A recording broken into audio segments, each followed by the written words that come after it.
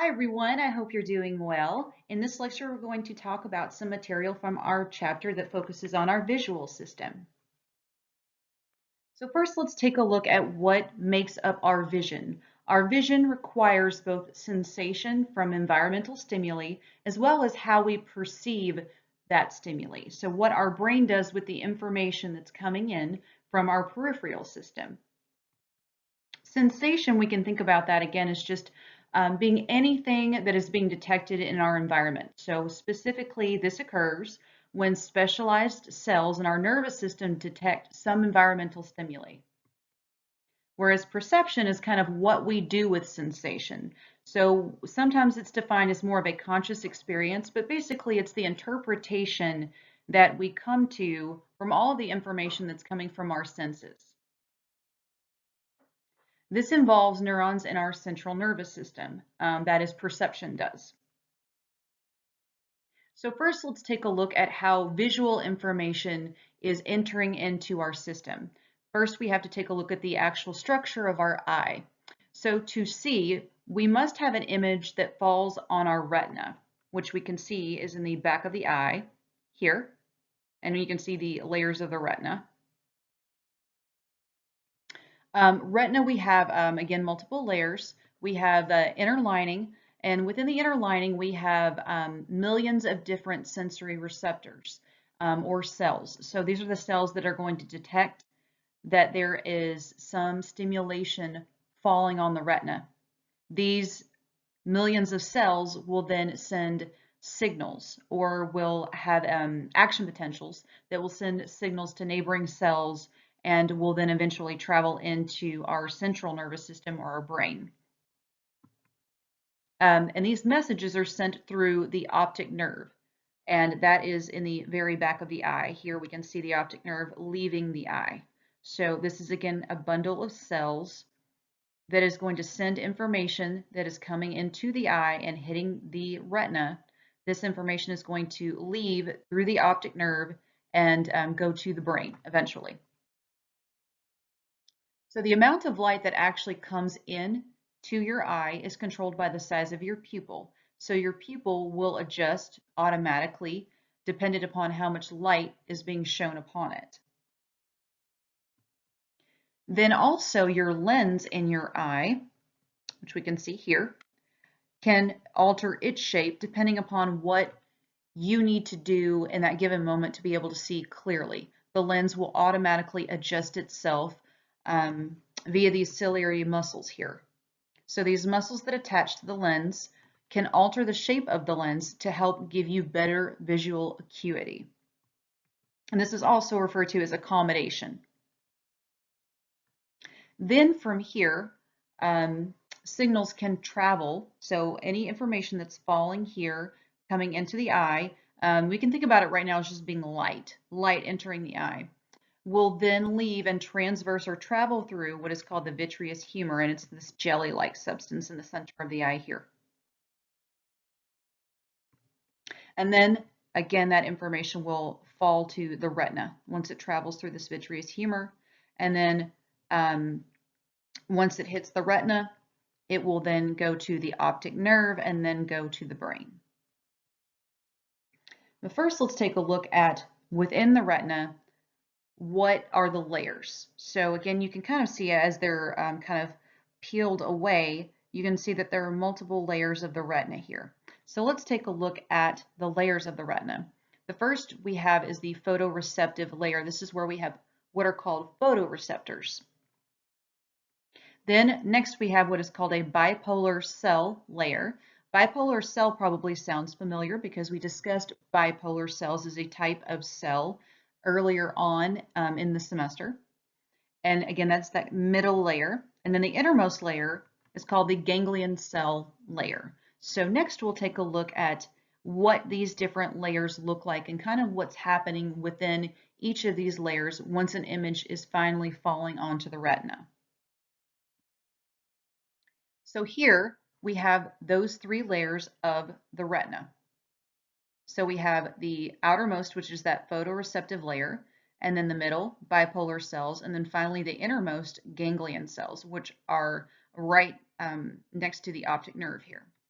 So within the photoreceptor layer, we have photoreceptors, some of which are rods. We have about 120 million, give or take, of rods. These are the ones that we like to think are more responsible for our black and white vision or just light dark vision. These are, of course, then much more light sensitive. They have poor acuity and no color. So these are not responsible for color vision. They are also not responsible for how detailed you see. Then we have cones. We only have about 6 million cones, but these are the ones that are responsible for us being able to see in color. They provide us with the most information too, especially in daytime, because they help us see things in much more detail. And again, this is related to acuity or sharpness of the vision that we have. And then finally, we look at the fovea. This is very, very important. You might hear the term foveate, which also just means to focus in on a certain object. This is the center part of the retina. This is where we have the most concentration of cones. And that makes sense because if you are looking directly at something and focusing on it, it is falling on the central part of your retina or your fovea. And that means that that particular area where that image is hitting is going to allow for you to see the most detail because you only have cones in that area. That is going to give you the most visual information possible about that object. Now we take a look at what is in the back portion of the eye. This is called the optic disc. This is where we have a grouping of axons that are kind of brought together, again, grouped, and they're what is carrying that visual information that's leaving your eye through the optic nerve. This is what is forming what is called the optic disc. Now, this is going to produce a blind spot in your visual field. Now, you don't notice your blind spot. There are certain activities that you can do, your textbook mentions one, where you can actually become aware of your blind spot if you want to. But in everyday life, you don't notice your blind spot. Your system makes accommodation for that blind spot. And that blind spot happens because you have that grouping of axons that are leaving in that particular spot. So there's no receptors in that spot. So essentially, there's just an area there with no receptors to receive any information. So it produces a blind spot in your visual field.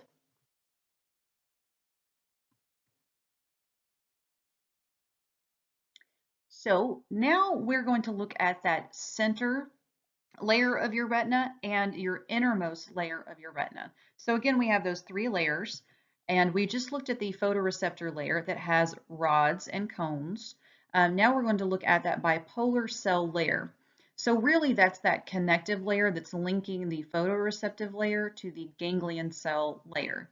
This contains neurons that have two arms. And again, if you remember from earlier in the semester, bipolar has two different sections leaving that cell body, right? So we have one arm that's going to the photoreceptive layer and the other arm that's going to the ganglion cell layer.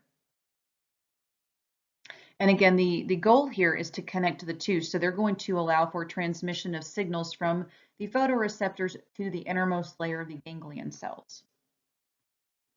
And then finally, the innermost layer, the ganglion layer, is composed of a bunch of cells that receive information from those photoreceptors via the bipolar cells. And then from here, axons will project out. So cells in the ganglion cell layer have axons that project out and travel out of the eye through the optic nerve into the rest of the brain. So thus far, we focused more on sensation. So what happens when light actually shines into the eye? We've taken a look at how light enters the eye and also the different layers of the retina and how once information is hitting the retina, it will then leave the retina via the optic nerve and travel to other parts of the brain. But how does the actual visual perception start? This is called transduction, and this occurs when energy from the environment is converted into some membrane potential. So this is going to start with photopigments that are embedded in the outer layer of photoreceptors. So for example, a human rod in the eye contains about 10 million photopigments. These photopigments contain two parts, one being an opsin, so it's rhodopsin in rods, and the other part being a lipid. Now, once this actually splits into in its two parts, so for example, um, when rhodopsin in the eye is exposed to light, it will split into its two components. So it will split into its protein and its lipid. Once this split actually happens is when the cell can become, for example, in this case, if it is a rod, it will become hyperpolarized. Now, what you need to know is that when the charge of a cell of rhodopsin changes. So in millivolts, when that charge changes, that will make it more likely that an action potential will happen. That changes the membrane potential of that cell. And that is what is going to start communication and start cells firing and communicating with one another. That will be the start of visual perception. Now, if we focus more on how transduction actually works, we first want to look again at those photoreceptors, and we can think about these photoreceptors as being just more darkness detectors. Now, what we mean by that is that they actually depolarize in darkness, meaning that the charge of the photoreceptors in millivolts, if you remember this from chapters before, when a cell becomes more positively charged from that negative 70 millivolt, that is when it is more likely to become active and begin to be stimulated, right? These photoreceptors are actually stimulated or depolarized in darkness, but the opposite happens when they are exposed to light. So when they have light that is shown in and they are receiving light, they hyperpolarize. So they become even more negatively charged and become less active. So these cells are actually more active in the dark. Now, what happens here is that there is a neurotransmitter release in the photoreceptors that's controlled by the regulation of membrane potential. So in the dark, these cells are more active. So there is a kind of a continuous release of glutamate during this time in the photoreceptors. And this glutamate is then exposed the bipolar cells are exposed to the glutamate that's being released by the photoreceptors. And of our bipolar cells, they are either what is called on center, and if they are on center, they are going to be hyperpolarized or less likely to be active by the presence of glutamate being released by the photoreceptors. Conversely, there are also off-center bipolar cells. These are the cells that are going to become more active or become depolarized or more positively charged by the presence of the glutamate being released by the photoreceptors. So some bipolar cells are going to become more active, some are going to be less active by that presence of glutamate. And finally, the bipolar cells synapse with the ganglion cells, that innermost layer of the retina, and they influence the firing rate of these ganglion cells dependent upon whether or not they are on center or off center.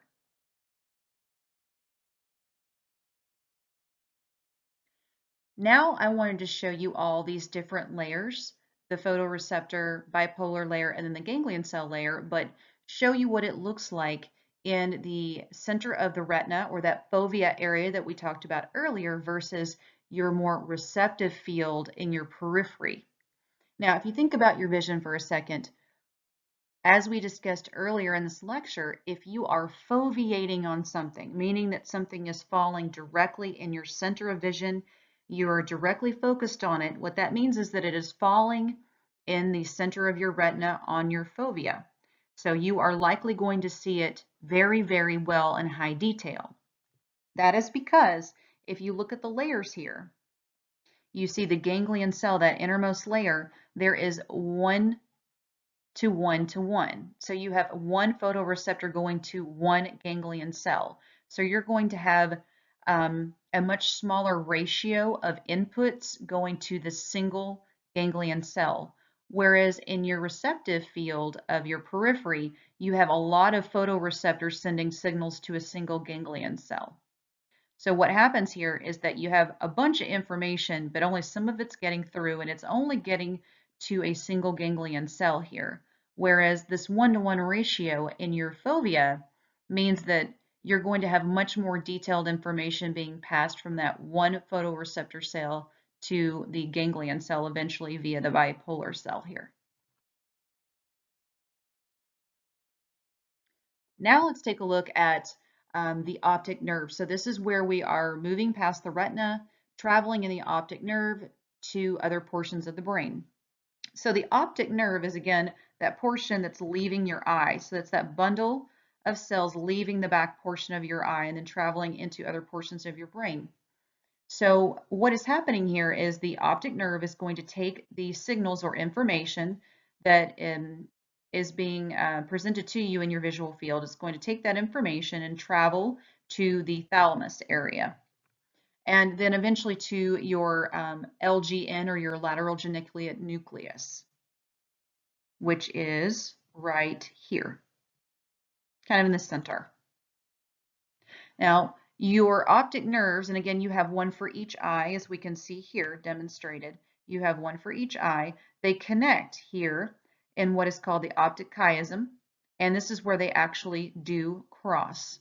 So you have information coming from your left eye, and eventually will cross and meet here, and cross in the back portion of the brain. Same thing here, right eye. Nasal sides will cross here, and once we reach past the optic chiasm, they will stay on the same side. Now, if we look at the visual pathway here, neurons in your LGN, or your lateral geniculate nucleus, that's where information is coming after the thalamus, project into V1. We learned about V1 a few chapters ago. That is the first receiving area in the brain of visual information. And you can see that here in the back portion of the brain, right here. So again, that's that smaller area right here directly in the back. That is V1. This is also referred to as the striate cortex. This is going to be, again, that primary receiving area. Then from there, we have information traveling to V2, which is your visual association cortex, which we also learned about a few chapters ago. That is that extrastriate cortex. That's that larger area on the outside of the striate cortex.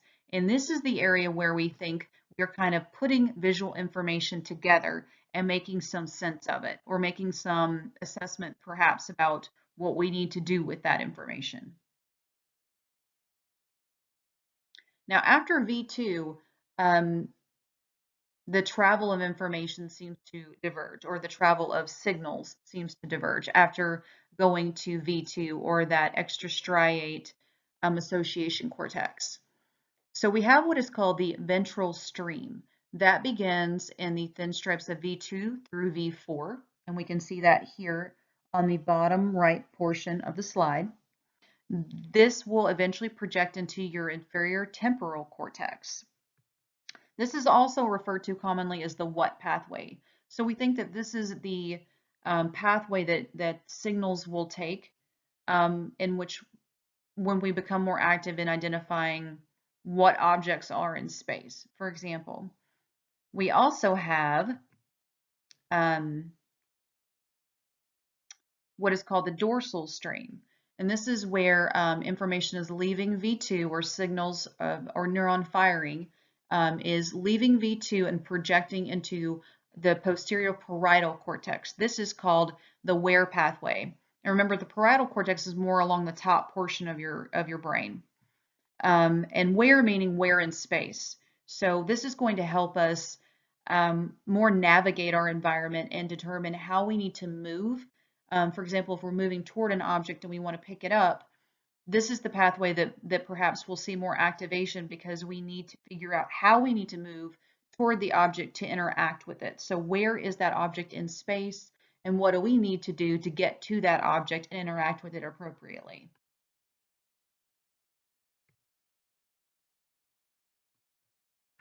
Now, some researchers suggest that there's a lag in maturation in the connection of these two pathways. And at this point, I'll mention a quick study. They did this with, I forget what age children, but they gave them toys to play with, and they were large toys, so like a slide and things like that, that were big enough that they could climb on them and slide down them. So they gave them those toys and they got to experience those for a while. Then they gave them those exact same toys or models of those same toys, but much smaller. What's interesting is that those children tried to interact with these smaller versions of those toys the same way as they did with the larger toys. So, for example, this tiny little slide, you had this kid trying to slide down it the way they did the actual life-size slide. So what this tells us is that it seems as though the kids could identify what the toys were, but they had an issue with the where, issue in space of how to guide their movements appropriately. So this seems to provide information that suggests that perhaps there is a difference in maturation between what we call the what pathway and this dorsal stream where pathway. So now let's chat about our color vision, perception of color. How do we see color? And how do we see different shades of color? There have been a few theories to try to explain why we see color the way that we do and why some folks see color distinctly differently than others. One earlier theory was proposed in the early 1800s. This is called the trichromat theory. Basically, the trichromatic color theory suggests that we have three types of receptors and each one is sensitive to a single color. One issue with this particular theory is that most people consider yellow, blue, red, and green as kind of primary colors, or colors that seem unique and don't seem to be kind of a blend of other colors. We could think about black and white maybe, but black and white we perceive as actually being colorless. So we don't include them in perception of color theories. So an issue with the trichromat theory again is that it doesn't really explain yellow in particular. Um, Yellow is kind of perceived as more a pure color. We don't perceive it as being a mixture of any color. Um, and also, if you think about for a second how we might mix colors. So when you were a kid and you had different paint colors and you would mix them to make other colors, some colors just naturally seem as though they would blend together and some don't. Trichromatic theory doesn't explain why some colors seem able to blend, whereas some don't seem able to blend. So there's some issues with this particular theory. There's also one called the opponent color system theory. So this one suggests that color might be represented in the visual system by the opposite color. So for example, red versus green or orange versus blue, yellow versus blue actually. So we might represent the opposite color in the brain from one that's perceived maybe. And we'll take more a look at opponent color process theory here in a second. Now let's take a look at our vision compared to other species for a second. Higher primates, like humans, are trichromats. So we think about seeing kind of a span of three different main colors and then variations within, particularly red, green, and blue. Dogs, contrary to popular belief, are not colorblind. They are actually just dichromats, so they're missing red. They can see blue and green and do fairly well with yellow, but they have issues with red. They don't see red very well. So if you have a red toy and you're trying to play with your dog, and you notice they're not doing the best with it, that's probably why. Then there are also some species that actually have 4 receptors instead of 3 like we do. Sometimes there is also an ultraviolet receptor as well.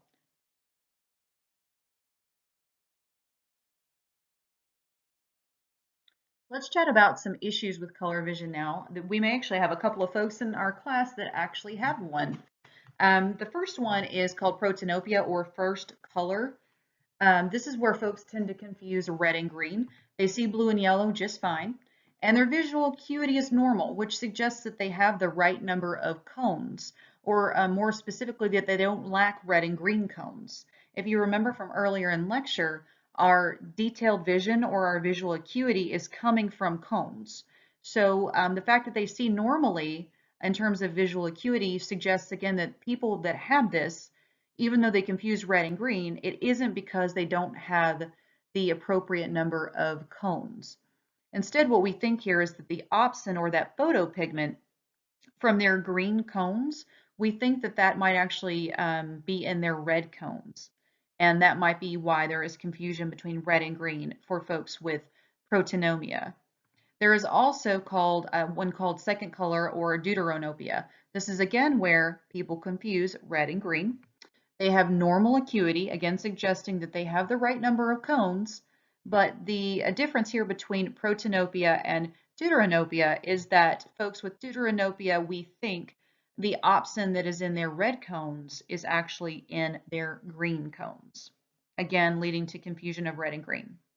Then there is another one called third color or tritanopia. This one is quite rare. Folks with this lack blue cones.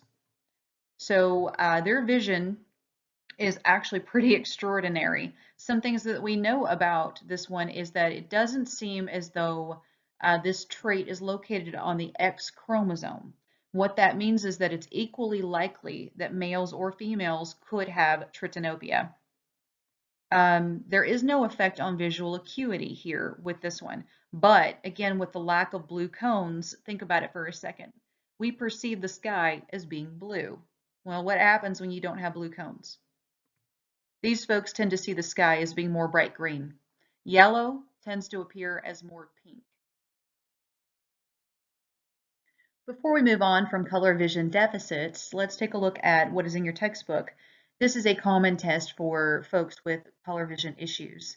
So for example, if we look at the second one down, the test for deuteranopia, we have a red background and a 5. Now remember, these folks, that second color issue, these folks have issues discriminating between red and green. So it's likely they wouldn't be able to perceive the number 5 there in the display, for example. Now let's revisit one of the color processing theories, that second theory that I had listed out earlier, the opponent processing theory. So again, the idea here is that we have responses to color pairs. So red versus green, for example, blue versus yellow. With opponent process, the idea is that those ganglion cells in your retina, in the innermost layer of your retina, use this opponent process. So there is responding to color pairs. So for example, red, green, yellow, blue. There are a few also as well that respond to relative brightness. So black and white, we can mostly color red, green, yellow, blue, for example. Here we have a figure from your book that's trying to demonstrate how, according to the opponent process theory of coding, basically how we can't perceive certain mixtures of colors. So for example, why we can't see something like a reddish green or a bluish yellow. The idea is that, again, we have 3 types of cones, those for red, those for green, those for blue. And those are in the photoreceptor layer in the retina, so the outermost layer here.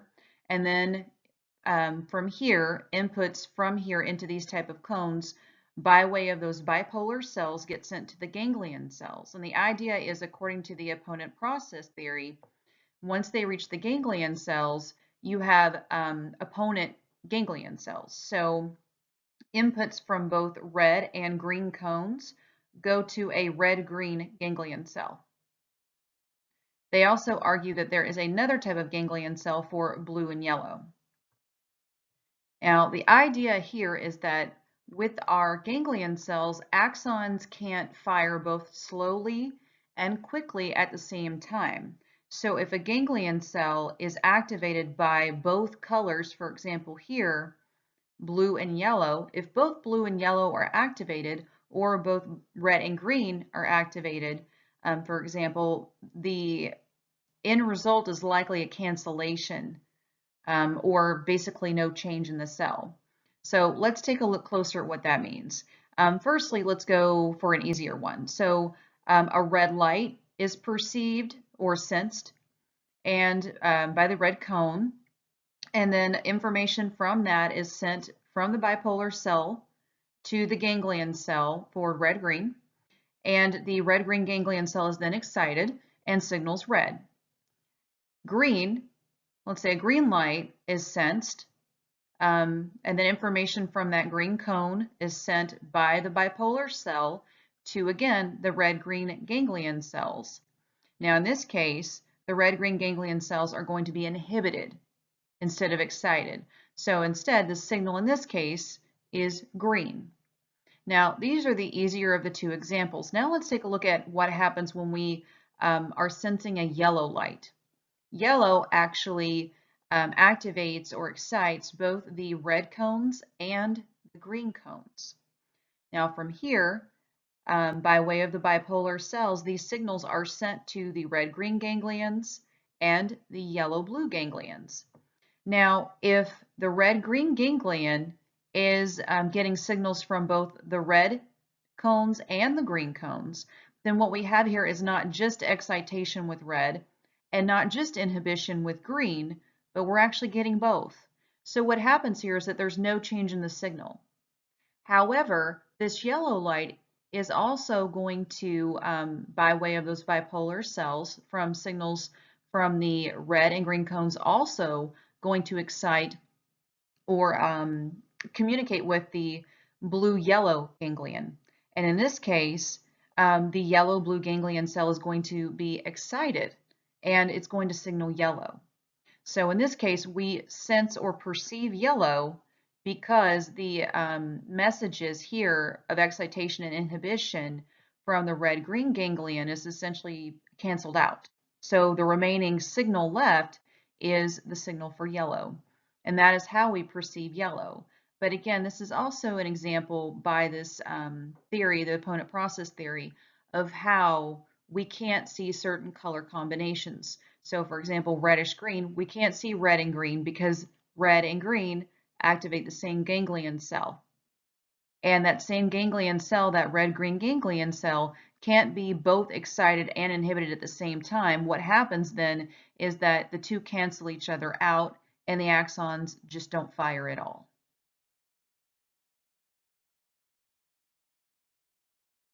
Now we move away from color and more toward just perception of form and of lines and edges and things like this.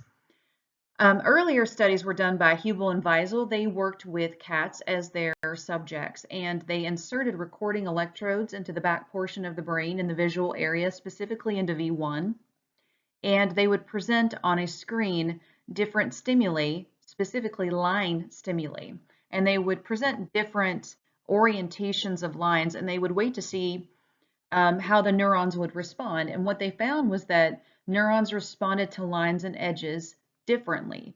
And again, we're looking at the striate cortex here, or the area of V1.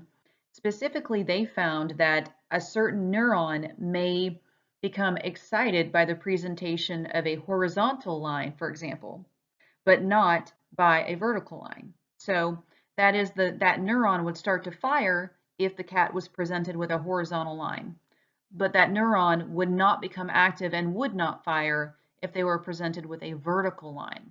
So they found that neurons respond differentially to certain line orientations. Following up with that, Campbell and Robson started to explore the size of the lines and also orientation of stimuli further. They also started to focus on the contrast between the edges of different things. So they started to play with presentations of stimuli that looked like line gratings, like you see here on the bottom right of the slide. This is examining what is called spatial frequency. So this means basically the number of bars in an image that is falling on the retina. So as you can imagine then, looking at the bottom right of this slide, the image on the left is more low spatial frequency, so not a lot of bars can fit in that particular image, whereas the one on the right is high spatial frequency because there are many bars that fit in that image.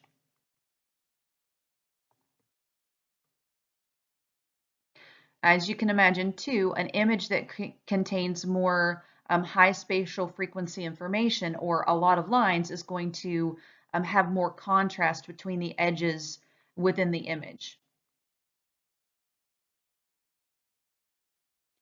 Now, if we take a look at this picture here on the right-hand side of this screen, this is a picture of Abraham Lincoln, and you can probably tell that even though it's very difficult to see the detail. In this particular image, some of the high spatial frequency information has been removed. That is, all of the line information, like the densely packed lines, have been removed from this image. And what's important to note is that you can still tell what this image is. So what that tells us overall is that high spatial frequency information or high contrast, high detail information, specifically edges and lines and things, are very important to our vision, but they are not imperative in the sense that we can't see anything or determine what something is without that information. So most researchers agree then that low spatial frequency information is actually more important to us. And here on the left, we're looking at a comparative measure of spatial sensitivity. So we are looking at 3 different curves here for a human infant, so 1 month, 3 month, and 6 months. And we are also looking at a human adult. And then thrown in the middle there is the macaque monkey. And what to notice is that we all follow along the same trend. So the infant human, and then also the adult human and the macaque. All of the functions here are very similarly shaped. What that tells us is that our ability to be able to detect spatial frequency and also contrast sensitivity, like our ability to perceive these differences in pictures and things like that, do develop as a function of our visual system having more experience. So obviously a 6-month-old has more experience seeing the world than a 1-month-old. So they're going to be a bit better with contrast and with spatial frequency than will a 1-month-old baby. But what's interesting is the comparison of the macaque monkey to an adult human. If you notice, the functions are very similar and very close together. What this tells us is that there's probably an evolutionary component to this. That is, there's probably a very simple biological basis for why our visual systems are the way that they are and why we perceive spatial frequency or high contrast and detail the way that we do. In the last portion of this lecture, we're going to look at what happens if you have damage to the extrastriate cortex, or V2. Now remember, again, V2 is the area that we think is correlated with kind of the putting together of information that's coming into the primary receiving area of V1.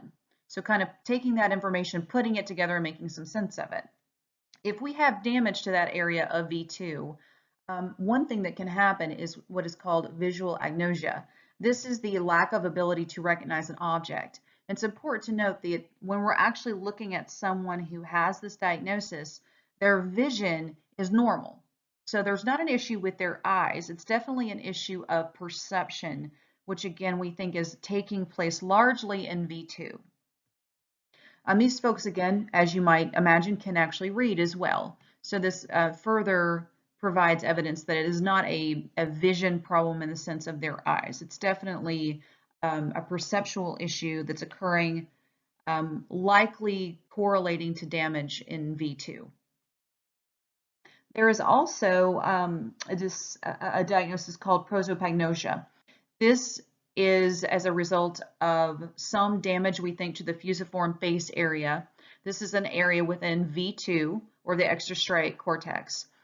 This basically makes folks have a high level of difficulty recognizing faces. And typically they can start to recognize someone once they speak, once they hear their voice, for example, but just looking at their face, they have a very difficult time identifying people.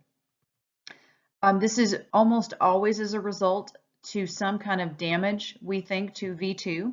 However, there is a congenital version of prosopagnosia, meaning that there are some folks, and this is fairly rare, but there are some folks who are actually born with prosopagnosia.